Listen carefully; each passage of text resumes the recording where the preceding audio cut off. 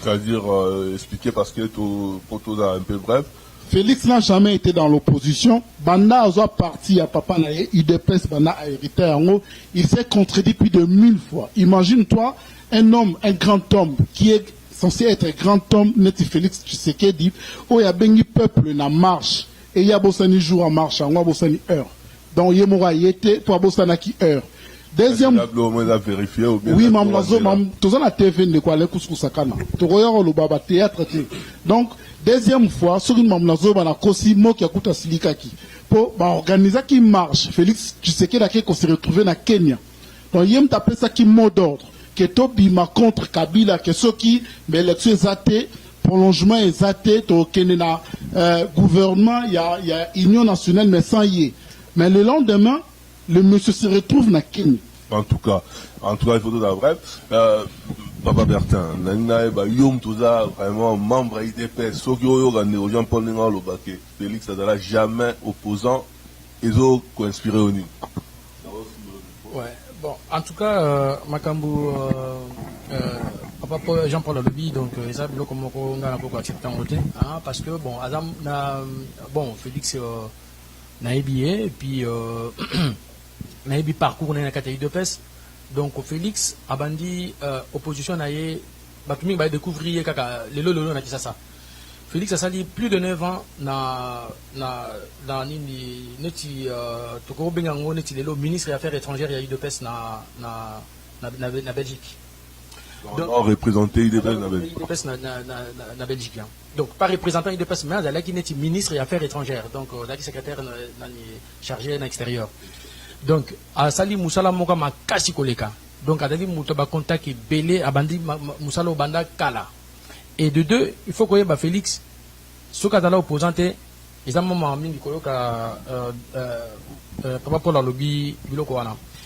Na retenir 3 mots où Alobi, où on a passé, alors à parler na théâtre, il y a Félix, à parler na parcours douteux na opposition, et puis na contradiction. Alors, ce qui est na terrain, je pense que Azali le seul. Alors moi je dis le seul. Na politicien presque mieux soyo au balai qui n'a même le 7. Toujours car le 7 au balai na Genève. Toujours le 7 soana. Toujours mon akeno na bango tout wana au bazana ba contradiction qui mouyi bi koboma makamebele Félix azana katia makambona te. Donc parcours douteux wana franchement nazo réservé encore na papa Jean-Paul Yemoko oya yebi ndinga zo kaniselango mais biso to yebi ndingi Félix a évolué. Et puis il y a Vandakina opposant Mounene donc Azakina Katanda opposant à Mounene. Donc Azoko Alali à l'amokina politique na mutu. A Botamina politique na mutu. Donc voilà, donc ce qui les loyo, Bazolo Bagina parcours moro douteux, franchement j'ai intimement insulte moro de ça là, na biso, ba membre de PES et na président na biso. Donc ils a pas si mingi, il y a Royoka Blorandengwana. Mais et le retour loba exemple à PCA il y a contradiction tant que Babengi marche c'est Kenya. Félix Adali Mutu on a un agenda belé. On a un programme belé. Pour bien que ça marche, c'est pas qu'il soit bien que ça marche hier face à la Rakawana, non. Azali, tout dans la partie moka mounene, ya makasi, ou quand la partie moka na RDC. Donc, ce que bien que ça marche, biso yo tozali, tokobima, ba tumiso so bazali, ba secrétaire généraux bazali, ba fédéraux bazali, ba président cellulaire bazali, ba président. Donc, tout ça na battu belé, et puis na ba membre union so bazali ba kobima. Donc c'est pas grave que présence à Félix Fezalawana pour bailler que non ce qui fait ça pour Félix Fezala non il y a la ligne mola Tinzela après si bino Nzela bino bolandi Nzela wa la sabino mais quand à dire qu'il y en a dans la contradiction franchement ils ont dit moi mawa sur telle contradiction que bon tout raison de la on a débat na batumiso na contradiction ya bon minene ya mabe oh ils allaient même pas évoquer depuis Makamba Genève bandaki na ti lelo yonde to komi bazo lela mais je crois ils ont l'arme de crocodile mais toutefois au fur et à mesure que nous évoluons dans le débat, nous allons éclaircir ce encore bien dans le biloko. Mais nous allons répondre que Papa Tassi n'a lobby na Makambolika na Genève. À lobby, il y a des gens qui ont fait. Fait où les cas qui kuna donc il y a des détails à bien monter. Bon, biso yo, il y a des détails, on a des gens qui bien. Et tu assister à ma débat tout ça là, na belé tout ça là, na ba réunion toujours qui est un peu de gauche à droite. Donc on parlait plus machine à voter non par rapport à la position il y a Félix Tshisekedi na Martin Fayou. Voilà. Donc tangu ba koma ki kuna omoni eux eza mawa on a kati na bango cette wana et na batu mususu bazako jurer que Félix jamais akokoma wana en dehors ya makambi ya machine ou pas machine. Déjà basali ba biloko na bango wana bon na ba Alando Swadaki aza responsable ya fondation Kofi Annan. Basali ba manœuvre wana on ne sait pas comment parce que déjà pour na ko joa neni candidat il y a combien ya opposition, il fallait ba passer na consensus. Alors, et l'on consensus directement ba comme na ba vote. Vote. Alors, tant que comme na vote wana, c'est que mon boulot. Hein? Alors, devant un fait accompli, hein? Félix ngaka bima déjà na ba négociation na ba négociation auto na ba choix wana. Mais pourquoi Ndima Kiango après avec Oboya? Bon, effectivement, Kondima ezali Kondima zandengenini. Donc, on allait devant cette personne tout ça, hein, toute cette personne vous allez acteur, vous allez appeler, il y a une solution na choix yana ya candidat. Alors, au moins vie engouement, to température ezali na mboka. Donc, tant que ba kene élection, il y a boyaki. Ezali moko ya muninga na ye o ya zaki na confiance mingi koleka ye. Moga Mouninga Naye, on a jusqu'à preuve du contraire, au Félix a considéré le rôle un frère. Moko Nabango a rassuré, a ébissé président, Ngaï, aux en a soutien Ngaï. Ozomana, n'a pas autant la communauté Fayou. A ébissé aux en a soutien Ngaï, Toko Salatou, aux à la élu. Alors. Donc Martin Fayou l'a au soutenir. À soutenir. Alors, il s'agit que Félix a zongi na Katamasolo. Andimi pe ba kene élection.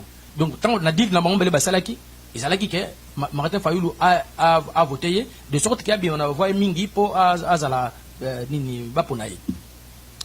Curieusement, ba manœuvre ngana lobaki ba kuba mo salamaki wana, ezaki entre autres salamaki eutaki na Bemba. Na Bemba pour ba tout ba lo ba kiza Bemba mtasala yo. Ata très dangereux. Bino bozolanda bozomona na musika, mais ezali très très dangereux. Alors, ye ayokani na baninga mususu baki na kati wana. Akutana bango moko bisa bango tala mutu wana, hein, lokola to salaki to marche de gaki entre na septembre ou octobre wana oyo ndeko a yagité. Voilà. Non, wana po yagité. Donc oyo biso to boyaki ko participer. Ko participer parce que biso to lobaki to tant to moni ba jeune bango za la mom clair mingité, biso to lobi donc to pende élection avec ou sans machine.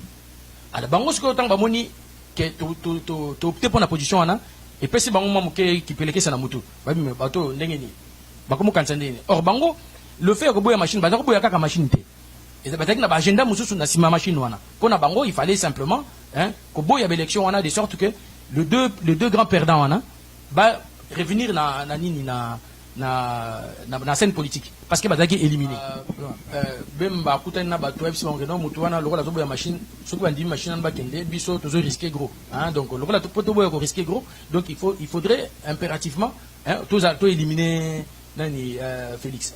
Alors basali ba combine wana. Alors je vous assure nani mutasaki ba makambwana yaki atindaki ek ba muzito akesola na ba na matungulu na nani na Fayulu. Avec ce que non, il faut y écarter bango. Donc bango bien entendu na caméra parce que caméra na après ça ils vont raisonner ni soko raison na bango dalaki non que ce qui nani Félix aleki hein to juillet OK na machine ou sa machine. Alors biso sikoyo l'autre qui est éliminé compliqué biso potozonga. Alors bah c'est deal na bango wana donc entre bango Bemba Katumbi et plutôt bon, Bemba Katumbi Fayulu Muzito na Matungulu. Basali moi deal na bango. Ba yokani ba écarter Félix. Tant ba sali yango et ko sala keno pour ba bazolo ba pour na nini parce que ga question na zo kango mingi pa bato. Pour na nini Félix a voté qui même pas caméra. Mais non parce que ba deux protagonistes ou bien ba deux rivales au ba qui ba plébiscité ba za la ba candidat. Ezaki ba ngombali wana. Donc c'est normal à voter et péter. Mais bah faible mi balio na matungulu na Fayulu bangonde il fallait pas voter bato yo baza na assise populaire entre autres mutana assise populaire na bango tuana parce que un des critères il y a kopona nani candidat. Il y a représentant à l'élection présidentielle, il y a opposition.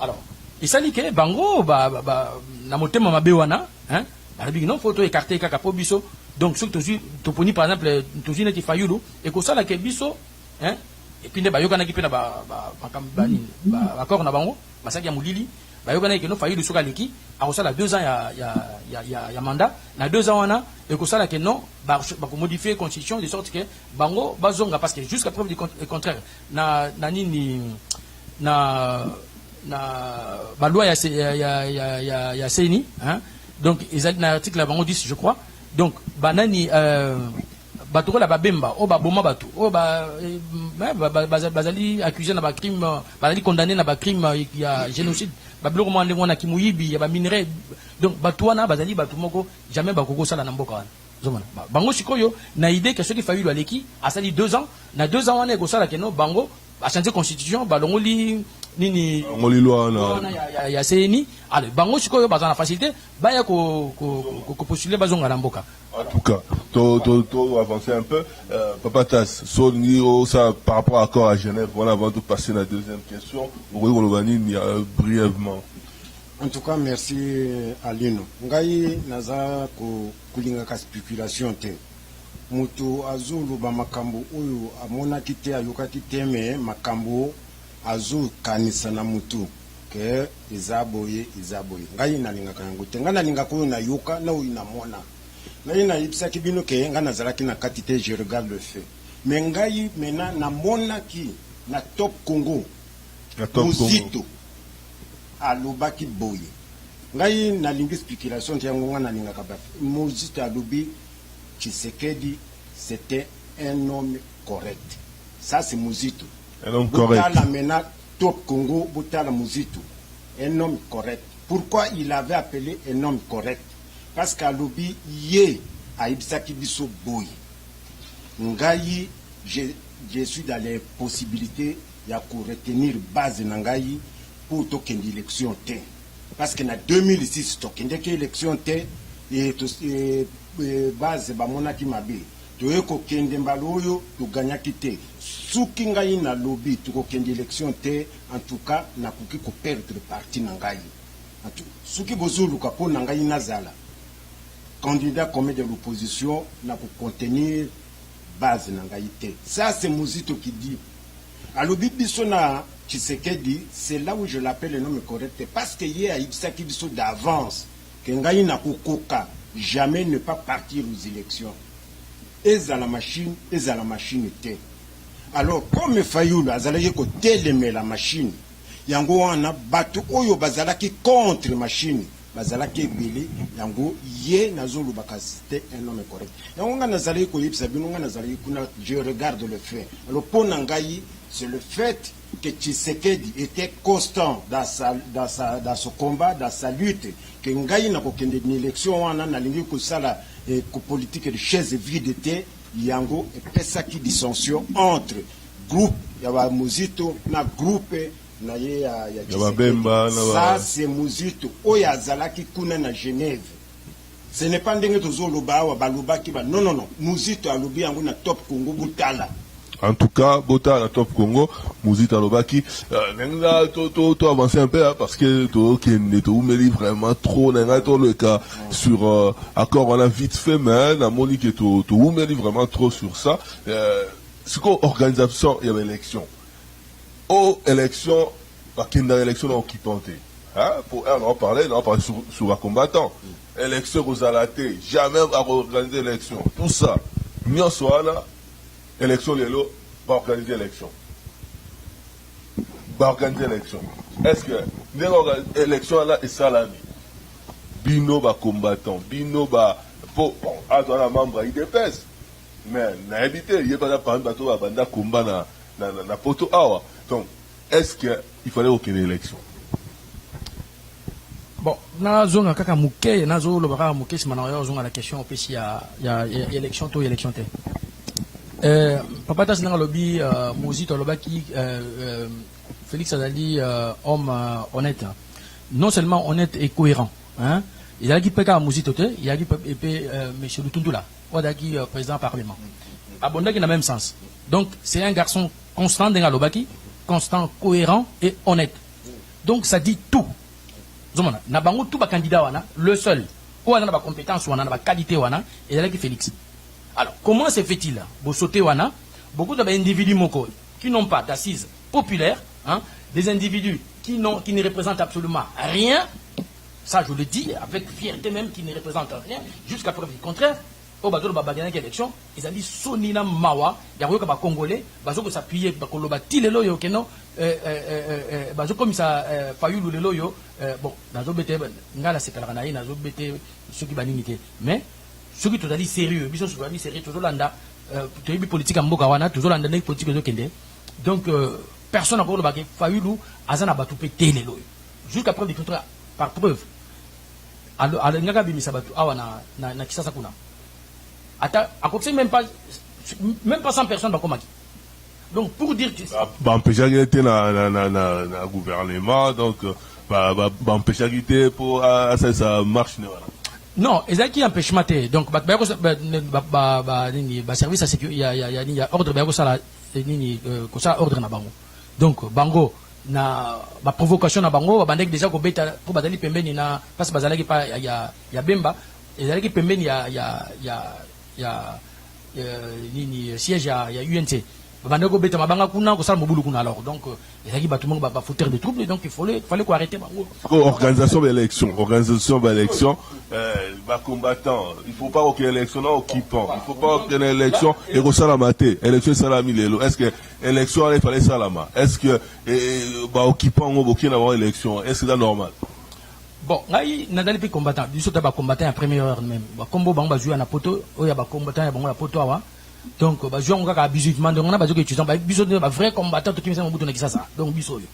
Donc quand à dire que non bango ba combattant tout ça, ils ont maman mingi ko ba yebi tina combattant pété. Ozomana bon. Bango ba définir ba combattant de deux catégories. Et y en a ba combattant oyo bazali bazo considérer que non le pays est infiltré et ça na ba combattant ou bazo benga ba combattant résistant bazo prendre bango le pays est occupé. Bon papa le pays est occupé ou bien il est infiltré et ça nini selon you bon. Ce qui est vrai tout ça na bande kona biso ya ba rwandais baza mingi na mboka wana ba mso basala ba salle besogne biloko mokande ngwana mais quand à dire que tous allez occuper biso toza combien tous allez 80 millions d'habitants. À 80 millions d'habitants, on a peut-être Rwandais, je ne sais pas, mais ils ne représentent rien du tout. D'ailleurs, la population de Bango Zali, on a 8 millions d'habitants. Hein? Comment tu vas occuper le Mukende? Par rapport à pouvoir, par rapport à Né, bazo occuper pouvoir, la tête à pouvoir. Et ça, les Mingi Biso, Bande Konabiso, Congolais, hein? Baso ko partisan na diable pour passer à la Biso Mabé. Hein? Ceux qui sont sérieux, qui cohérent. Hein? Baso ça la pona mboka wana. Mais tout boité, on a bakoti kala na mboka. Hein? Et ça dit biso awa. Et là batu belé ba yawa a une nationalité française. Oya o bando ça dit na mboko ya batu comme français o ça n'importe quoi. Hein? O se pela o ça la que de sorte que pays et yambiyo o tosa yango o ça la makambu ndenge sengeli o respecter ba loi na bango. Hein? Les alités ko ya o ça la mobulu o ça la pamba et ko simbate. Alors biso to tiki batu wana. Ba o ça la biso ba ben accomplissement bande ko na biso moko. Donc élection là ba occupant. Ezali bon au moins ezali ba définition ba bazo ça là bazo comprendre penza ninité bazo comprendre makambo bien té ozoma donc au moins c'est ça moi lingala balobaka lisano na nzete tikela makako alors bango politique ezali ba domaine na mutu nyo sauté hein ezana ba tumusu bazo kuganga ko finga ka pamba donc na ibité na mutu na bango soki bazana na ba omelette soki nini na ibité hein politique ezali domaine moko ezali très complexe. Ce n'est pas n'importe qui peut définir certaines définitions ou certaines questions qui relèvent, il y a ma compétence, il y a tout mon goboui. Yoko bimaka ngapé combattant, autotombe la mapeka. Mais combattant, il y a Facebook, il y a réseaux sociaux. En tout cas, combattant les réseaux sociaux, Jean-Paul en ligne quand même, par rapport à l'organisation, il y a l'élection, qui n'a occupant bino combattant, pouvoir en place, tout ça, élection aux aratés, élection salami, le haut du président, passation des pouvoirs, Oyo, et Salamina, et Salamate, depuis Congo et Banda, tout ça. Non, il y a après la contradiction, la vino par rapport à la vérité des urnes, mais le ballon élection, parce que dans là, mon paradis. Monsieur Alain Kouskou-Sakana, l'homme invisible, merci vraiment de l'opportunité. Nous avons vraiment choqué. Il y a monsieur Bertin Po, les propos qu'il tient à Bossani, que hier j'étais avec lui dans le combat. C'est pas les propos qu'il tenait. Mais il y a des propos à qui n'ont noté déjà au départ. À la base, on a rappelé nous, les Konanga Bertin Kolobake, Monsieur Félix a grandi et a vécu chez un grand opposant. Mais frère Alain de Koualen Kouskousakana, il a cité que pour venir dans il y a grand opposant que comité opposant. Azalaki fils, c'est normal, et on a un peu comme débat, Moussous qui dit que Azalaki peut une opposition, c'est autre chose. Kolobake, IDP, c'est sa partie à contradiction, mais c'est faux encore. Pour Bande Kobola, le temps viendra, oh bon, mais ça dans la vérité. Monsieur Tshisekedi, les pères, Azalaki docteur en droit. En 2011, quand il disait que l'élection étrangère, en même temps, lui-même s'est présenté dans l'élection rwandais. Donc cela veut dire qu'il y a une contradiction parce qu'il connaît la loi. Et pendant que ne soucie pas M. Bertin, je suis choqué par rapport à propos naïe. Déjà, combattant première ère. Combattant première ère, c'est qui? Combattant première ère, c'est pas l'UDPS. Non, mais le combat, c'est pas l'UDPS. C'est ce que les gens ignorent. Pour papa n'a pas abondé là qui est indépendance, ce sont les combattants. Combattants Bangowana. Papa n'a pas abondé contre Mundele. Les gens pensent que le combat a commencé avec l'UDPS. Non, c'est faux. Pendant qu'il y a une élection de Koualen Kouskousakana, n'a pas contradiction. J'ai toujours dit que Bakenaka élection n'a occupant. Pour preuve, na ebandel temps on peut se poser question na ebisio que ezala ki jeu ya bango wana nyoso wana opposant wana po ba yeba ki ke ko produire l'autre côté ba kenaki ko luka gâteau na bango na ba intérêt personnel. Pour preuve au moni langage Ndeko Bertin qui fut un grand combattant que je respecte autobundine et belé échanger pour assurer par naé à gâteau. Cela veut dire quoi? À lui parler à gâteau. Oui, oui, il a sa part de gâteau. Pour ceux qui tournent de Coubertin, Lelo, et que Azo soutenir Félix, quel est le projet de société où Félix a kenaki nango na propagande na en fait, il faut rebooter occupant. Libanda, quel console les Alain Kouskousakana.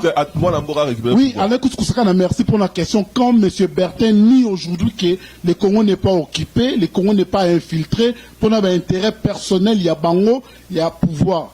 Le Koualin. Comment se fait-il que l'ennemi en a pouvoir Kabila n'est pas un idiot et qui porte à ces pays ouvert pour naïe? Ayebi que n'engezona ba massacre, ba viol, ba corruption nyo so bokanga bo na boloko.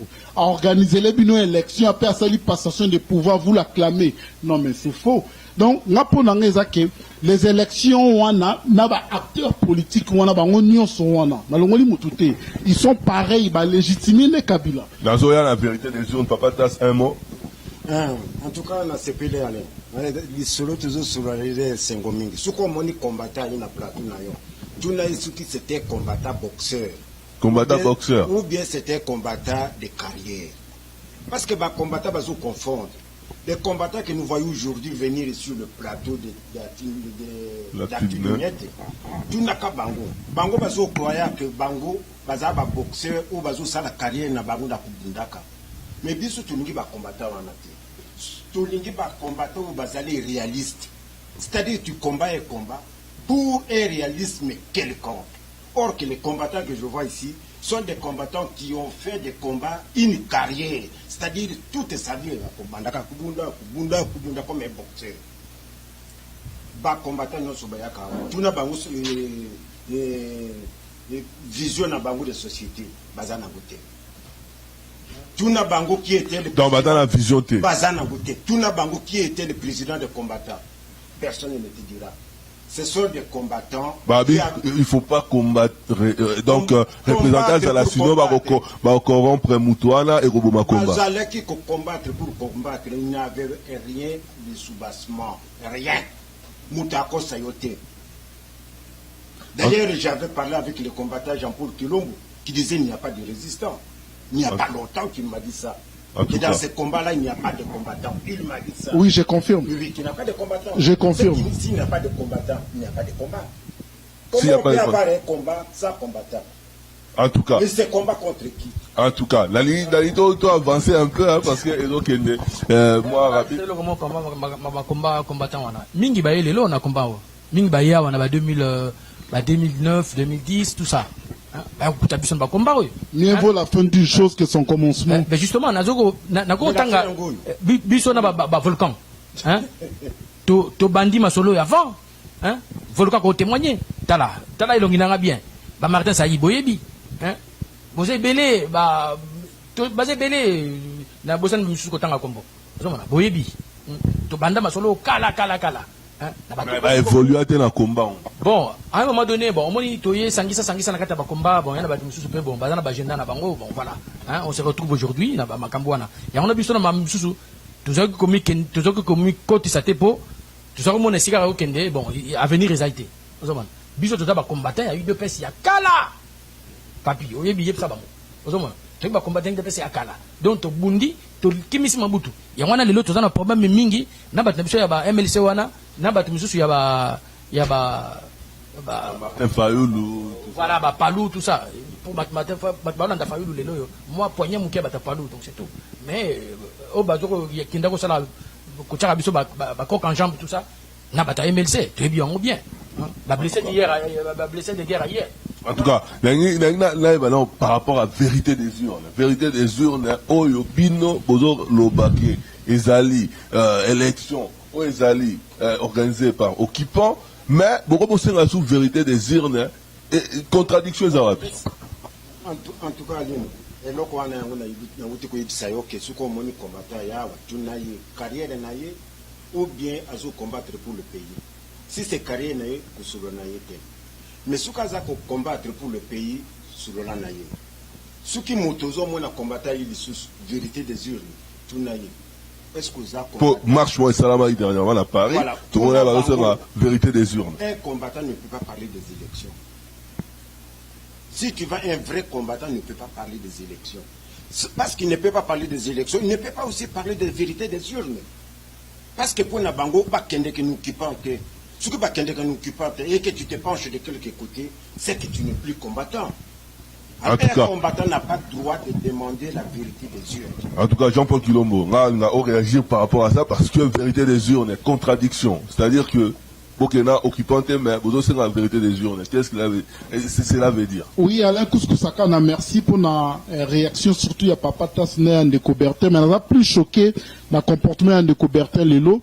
Au moment où Maramuyo Zolo Bananga o ya ba élection, na l'élection en 10 000 fois, ne quoi Alain Kouskou-Saka na kebakena élection non occupante. Donc si tu vois les combattants au nez, Papa Tasné Koloba qui va télémiter, surtout Lingi Fayoulou, n'ayez pas comme Nangama Tshisekedi, cela veut dire que c'est là qui bande, il y a ba combattants. L'élection on a monaki que Félix a kendeki ko négocier na Kabila. Je suis d'accord à négocier na Kabila pour aller. Négociation là to rolobela on père. Oui, mais l'élection, moi je parle d'historique et de négociation to koloba après. Maintenant à négocier na Kabila. Bon, Kabila qui dit Kabila dit Kagame. Moi je pense que c'est Mutomoka qui contredire Ngate. Parce que Bissonio dit que Kagame Mutazo diriger Congo et Kagame Mutaza pour commander Kabila. Mais tout le monde que Félix a négocié na Kabila. Mais Kagame contre Félix. Mais Kagame pour Fayoulou. Moto Oyo a eu une politique bien. A expliqué qu'est-ce qu'il y a eu entre Kabila et Kagame. Parce qu'il ne faut pas à la Bangomi Bali na conflit pour pas pour na moto mon côté. Conflit wana ezali nini. Conflit wana ezali nini. Est-ce que vous répondre à la question à Jean-Paul Kilombo? Papa Tas, merci pour la question. En fait, nous répondre aux politiques et dans le jeu. Et après, tout le monde a comment on a vu ça, manipuler biso. Cela veut dire quoi? Au que la personne qui dirige Kabila c'est Kagame. Or, na Congo, bateau tozo bundela, et ça va ressortissant wana. Toli tozo bundela, pouvoir ya Rwanda, azo s'ingérer na maramou ya Congo. Mais attends, à nos jours, na maramou ya lelo, ce qui Kagame aye, alobi que, na légaliser pouvoir ya Tshisekedi, mais c'est tout le monde qui sera dans la rue. Pendant qu'on manipule le peuple, pendant qu'on divertit, qu'on distraire Bisson en fait. Kagame doit jouer le jeu. Et ça n'a pas Kabila jouer le jeu, repasser pouvoir et pas à Tshisekedi. Or, on a eu que Kabila n'est pas parti. Donc, comment se fait-il que quelqu'un qui est élu mais à la majorité, tu donc va voter la présidence et la législative va voter au monde en Wapi. Donc pour te dire que non, pour te dire que c'est un jeu de Kagame, il est en train de distraire le peuple congolais en soutenant Fayoulou, tout en sachant que Azamutuya Tshisekedi. En tout cas, pas une minute après. Jean-Paul a spéculation. Pourquoi moi je posais cette question, c'est pour voir vraiment que Jean-Paul a l'information. Et Jean-Paul a l'information, mais sous fait politique. Ce qui a eu un conflit entre Kagame et Kabila, c'est le fait que Kabila voulait donner le pouvoir aux Congolais. C'est-à-dire, Ezala Tshisekedi, Ezala Fayou, Ezala Shadari. Il ne voulait pas parce qu'il a dit, regarde au moins l'Afrique du Sud. Depuis que le pouvoir de Lungwa qui n'a pas beaucoup de Bamindele, ils ont eu des sous na Bamindele. Souko Pessi un Congolais pouvoir pour tout les zungi là bas Rwandais et que ça la difficile. C'est ça le conflit à Liboso Angoana. Et pourquoi il a soutenu Fayoulou? Il a soutenu Fayoulou pour diviser les Congolais. Combien de gens comme Jean-Paul qui analysent comme ça? C'est pour diviser les Congolais. Et nous sommes bien divisés. Parce qu'il ne voulait pas qu'un Congolais soit là. Et il n'y a personne aucun Congolais qui comprend que non, le problème c'est de nous diviser. Aujourd'hui, on ne parle que de personnes. On ne parle plus des occupants. Il ne parle plus de Kabila. Qui des Congolais peut parler aujourd'hui de Kabila? Personne. Kabila se promène sans garde-corps. Mais aujourd'hui, Félix doit sortir avec garde-corps. Fayoulou doit sortir avec garde-corps. Les gens qui nous ont occupés, aujourd'hui nous nous en craignons nous-mêmes. Mais c'est ce que les Congolais n'ont pas compris. C'est ce que les combattants n'ont pas compris. En tout cas, c'est ce que les combattants n'ont pas compris. Papa Bertin, par rapport à Nyoso et Zolobama. Bon, Nyoso Zolobama, c'est vrai, Papa Tas Makamalobi, c'est vrai. Pour Jean-Paul Awa, Azokende Mouké. Azoloba, qui est non parlement, aux alliés minoritaires, tout ça. Comment ça se fait que le président est élu, mais Aza même pas la majorité? C'est vrai, il y a eu des problèmes au niveau de l'élection, c'est vrai. Donc on ne peut pas dire que non, l'élection est qui limpide. Hein, il y a eu quand même des soucis au niveau, il y a la tricherie, comme ce. Oui, c'est vrai. Mais au jour d'aujourd'hui, hein, Kagame et tout ça. Pourquoi Bozo ça Kagame grade à Zanangote? Franchement, les Congolais, hein, réveillez-vous. Hein, vous dormez debout. Kagame, c'est qui? Hein? Buno, 5, 7, 8 millions d'habitants. Buno, tu as dit 80 millions d'habitants. Bozo PC va valeur à Zanangote. Pourquoi, les Congolais? Réveillez-vous, je vous dis, réveillez-vous. Hein? Congo et Korotamboulate, n'a pas spéculation, n'a pas le kuta. Hein? N'a pas net out. Bah bombarder depuis il y a campagne. Le Kouta na le Kouta, bah chaîne étrangère où il y a Miyibio, il y a Belge, il y a français, anglais. Bah y a bato Kosabino sur Fayoulou, bah Bambino na mutu. Et zani tinzem bozo kango, nzemba mabe, mozo kango kango, tiens ko tika la gravé na mitu na bino. Réveillez-vous, c'est pas ça. Hein? Oh bato galon pesi Fayoulou, oh Kagame, Masalaki, tout ça c'est des choses, des bêtises. Tala lelo, binom bozali surpris à Kokamo Geno, président Félix plutôt l'élection fallait ça la mander wana parce que si on pouvait ça la mander 100 000 hein. Tout ça c'est des spéculations et je vous dis lelo na papa Jean-Paul Alobi, on aura la majorité dans le parlement wana. Bon matabo qui t'attend pas donc la coalition bon ça non, Batouana, je vous explique. Sur le total du PPRD d'Azali, il y a moins de 40 députés dans le parlement. PPRD. Or, FCC, Kabila dans la FCC. C'est fini cette histoire de FCC là. Réveillez-vous. C'est fini. Bodola la téléma. FCC n'est pas une plateforme pour une élection. Et cette plateforme était même pas reconnue dans la loi pour que ce que aux membres FCC, au niveau de FCC, dans le parlement, non. FCC, il y a B, tout ça. C'est ça. Hein?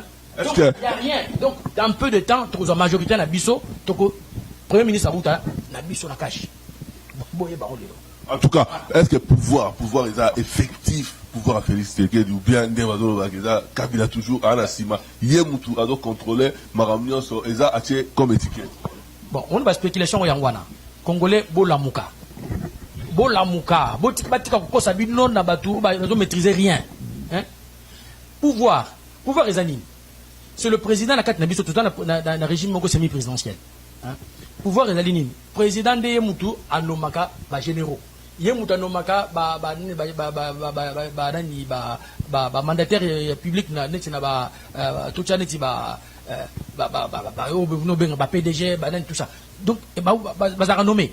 Hein? Et puis poste tout le bakou tout le lo kutu bazaki na majorité. Bobi ke na ba ministère mutu sala musala munene ceux qui le ministre accueilli il y a côté la wana et ça secrétaire généraux. Or ba secrétaire généraux wana ceux qui a bloqué premier bloqué ministre. Hein? Mais quand même obi ça er moko na mawana kanda pour congolais bazo ko manipuler yo ne tuza na cerveau te au conseil d'analyse moko critique ya yo moko te donc ozo na ndaka ba boza na ba congolais hein donc toza na effectivité à pouvoir toza na armée toza na nango le temps moi nini tout ça là moi toilette moi muke toza biloko no soana bo banga na binote donc bako sa binote on a tout. En tout cas, on a tout. Patas, pouvoir effectif à Félix. Est-ce que Zali, du blablabla ou Zanini, est-ce que Zali est solo? Selon eux. Selon Gaï, sincèrement, jusque les longs, pouvoir des ananas totalement. Le pouvoir des ananas totalement ne m'a pas félicité. Mais pourquoi parce que le système n'est pas encore démantelé complètement. Le système Kabylie existe encore. Quand Félix, le président, fait premier conseil, c'est avec les ministres de Kabila. L'année, alors, nous avons le pouvoir, on a une effectivité. Nous avons garantir la Constitution qui dit que le président est garant des institutions. Je pense Tangoye, maintenant, à Kozala assis bien, à ce moment-là, on peut parler de pouvoir effectif. En tout cas, Jean-Paul, 2 mots par rapport au pouvoir effectif, il y a le président Félix Tshisekedi. Merci Alain Kouskou-Saka dans l'homme invisible pour la question. En fait, papa Tass a auto-reproché le comment mais na c'est contredit par le biki a le baramakambo yebi azana précision et quand il parle de Kagame tout ça na évité sur yoga qui en wa permona qui en wa entre parenthèses pour on doit comprendre. Ndeko nanga Bertin makambo lobi awake FCC ils ont reconnu mais je serais choqué que la plateforme na politique existe ka. La plateforme na politique existe quand même et je me demande demande que la législative boza minoritaire et bozo linga bo créer majorité par voie nini donc batouana ba ko désister na ba parti na bango ba eko adhérer UDPS bo eko agir na bino donc Jean-Paul, tout ce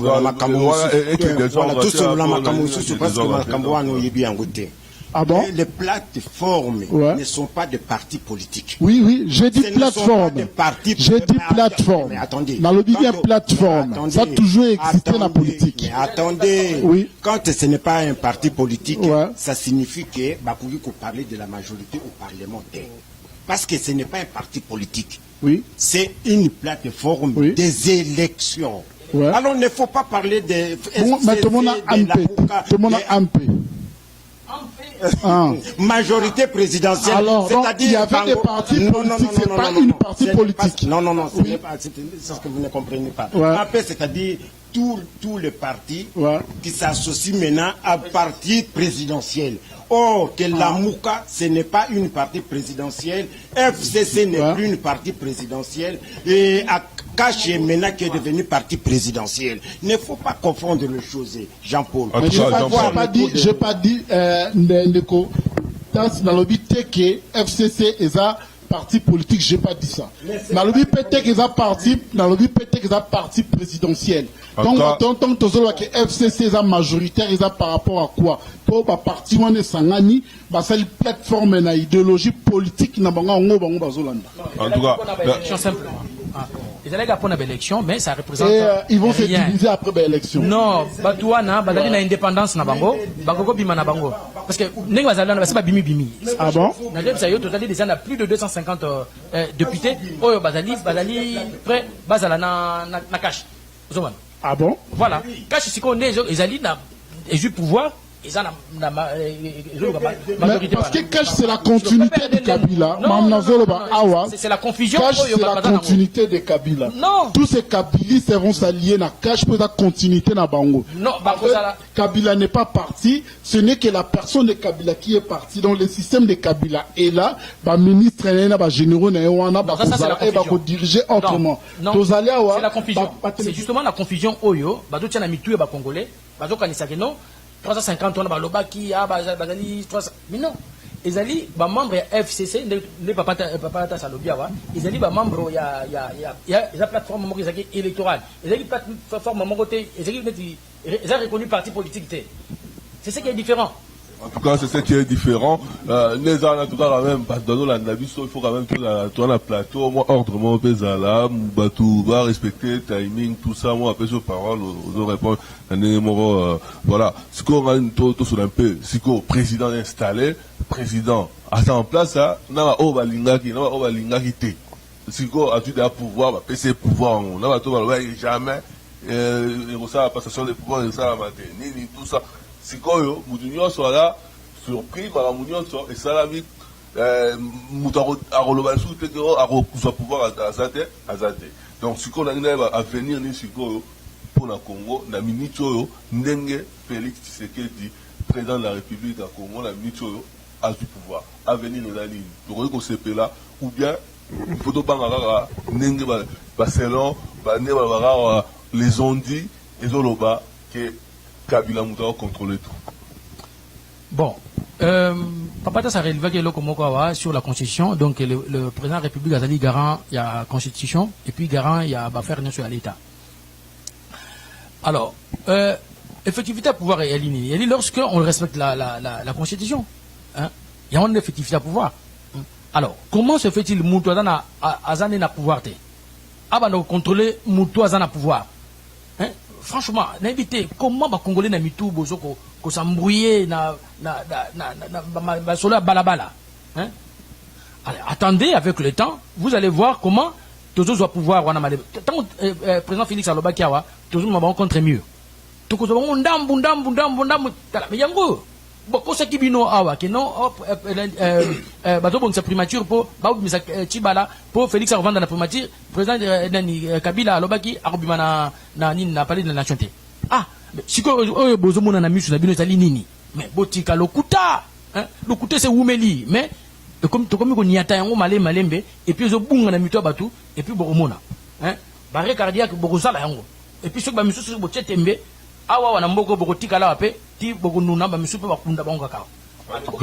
En tout cas, Jean-Paul Kilombo, à venir à Congo par rapport à ta Boroy on dit matin, mais Namnichoyo, Félix Tshisekedi du président.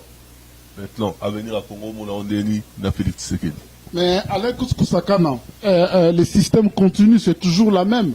Donc, pour l'avenir du Congo, ils ont que le peuple congolais va tellement arracher pouvoir, non, autonomie. Je ne pense pas que Kabila est parti.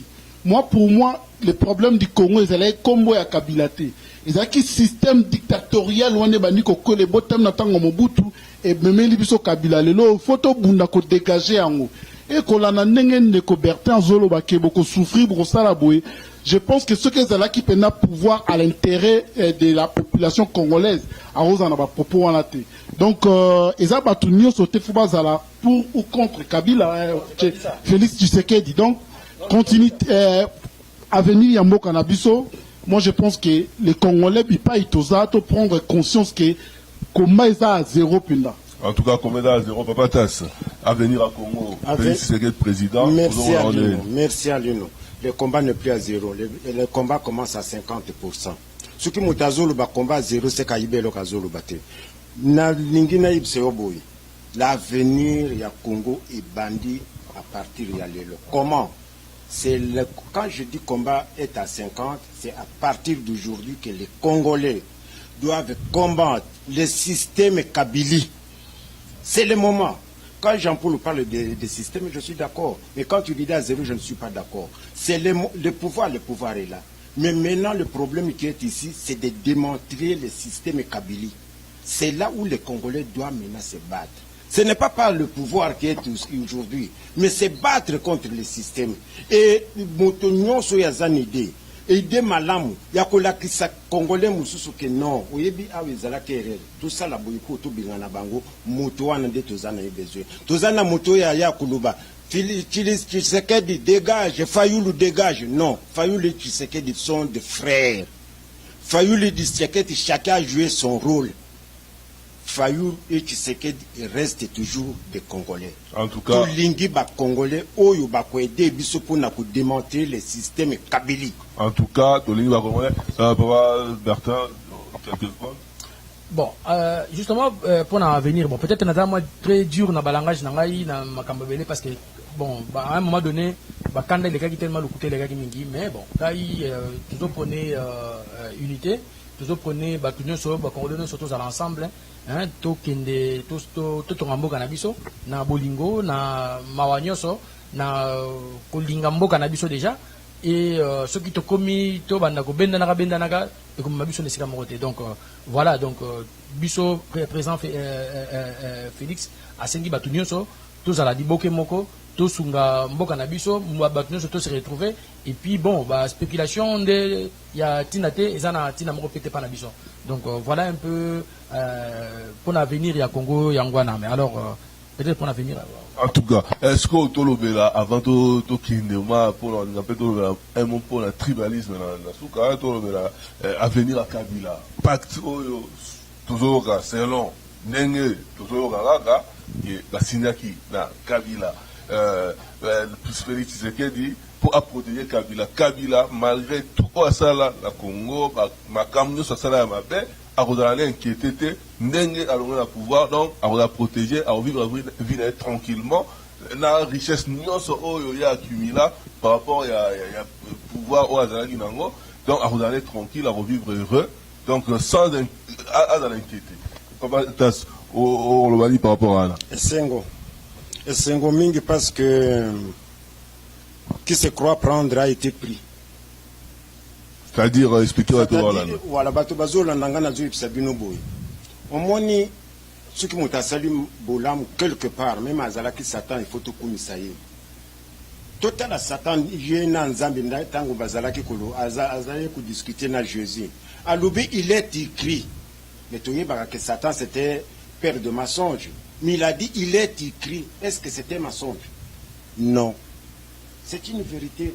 Mais c'est l'ensemble de ce qu'il va dire. Donc, on va organiser les choses et quoi atténuer un peu. Non, je ne suis pas là-bas. Moi, je dis tout simplement, Kabila, tant que Kabila, c'était criminel. Kabila, tant que Kabila, doit être jugé. Et là qu'on a ce pays-là, et que le président Félix a un langage diplomatique. Il dit la justice sera indépendante. Qu'est-ce que ça signifie? Ça signifie que ceux qui les loba kangi yonga ina lingina protéger yo. Mais justice nga nazana na maboko kunate yango bakangi yo. Mais Kabila nyo soana ayebaki. Non. Ayebaki yango. Ayebaki ça la bongo mais est-ce que arrondima peut sa pouvoir alors qu'il va rekangi après parce que non ayebaki te. Suka yebaka alingaka imposer Shadari. Yango tikanga na raisonnement jusqu'au bout.